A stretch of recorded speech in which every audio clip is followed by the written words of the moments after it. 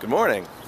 So, got into some really interesting discussions the last few days working with this HR team.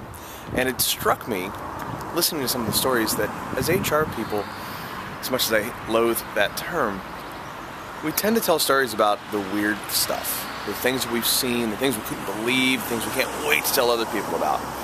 And it's not about confidentiality, it's not about respect for the people who are involved. It's really, sharing war stories and that shared experience that we go through, having to deal with that as professionals. What struck me though is, we're all in the same business and we deal with that stuff every day. We deal with the human condition. We deal with the odds and ends and people who are struggling and people who are unhappy and trying to help them put themselves right, or at least do right by the business. But we talk a whole lot more about those than we do about the good stuff, about the people who overcame obstacles, the people who took our advice, changed their careers, changed their behaviors, and really became solid contributors in our companies.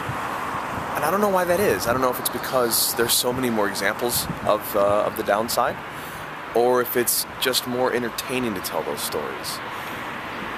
I think as humans, I guess we tend to gravitate towards the weird, right? So the feel-good stories don't have as much of an impact on us. I don't know. Something to think about. Maybe it's something we could all try to do a little bit better, right? When we're together, maybe we spend a little more time talking about the success stories, about the things we do well, the things we overcame, and the things we've helped other people pull off.